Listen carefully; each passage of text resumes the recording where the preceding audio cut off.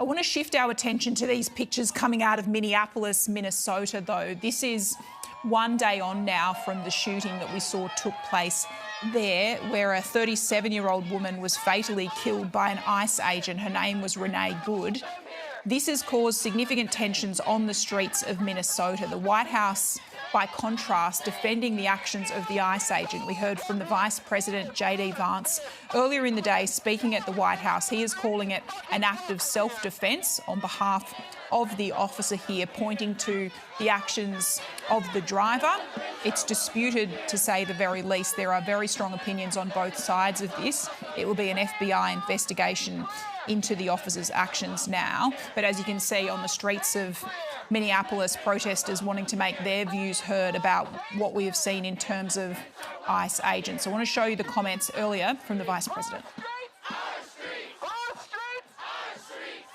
Heart or in a person's head, and obviously we're not going to get the chance to ask this woman what was going on. What I am certain of is that she violated the law. What I'm certain of is that that officer had every reason to think that he was under very serious threat for injury or in fact, his life. What I'm certain of is that she accelerated in a way where she ran into the guy. I don't know what was in her heart and what was in her head, but I know that she violated the law, and I know that officer was acting in self-defense.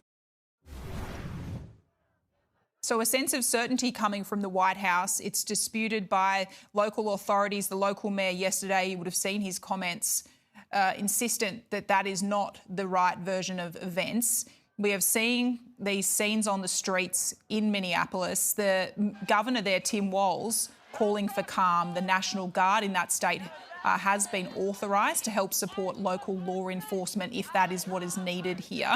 Some of the signs, you can see the back of them, but reporting from the ground saying some of the signs say abolish ICE and ICE kills. So this is a tense situation at the moment on streets across the United States. It's not just in Minneapolis. I point out that this is in other cities as well. We've seen protests in Philadelphia, in New York, similar scenes to what we're seeing here, right basically on the scene of where this shooting took place. I want to set the context now, and a warning to our viewers, next story contains images some will find distressing. Your soul needs to grapple with the fact that you murdered a mother yesterday.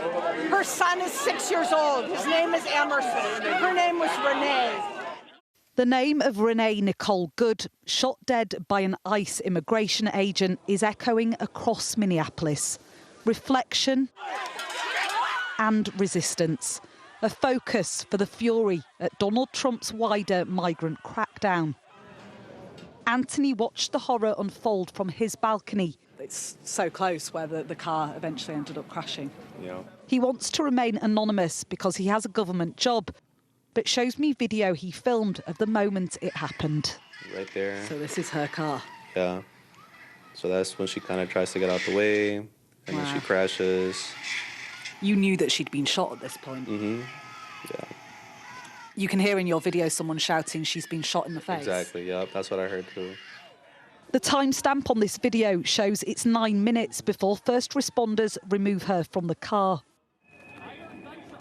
They attempt resuscitation on the roadside. It's another 10 minutes before an ambulance arrives. A few doors away, Aidan was also watching. You've got a very clear view of this. I've got I was right in front. You're pretty convinced that she was trying to drive away from the police officers? She turned away from them. She was trying to flee, no doubt in my mind.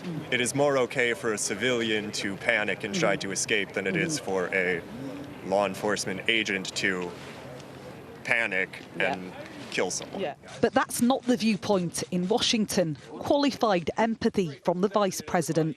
What you see is what you get in this case. You have a woman who aimed her car at a law enforcement officer and pressed on the accelerator. Nobody debates that. I can believe that her death is a tragedy, while also recognizing that it's a tragedy of her own making.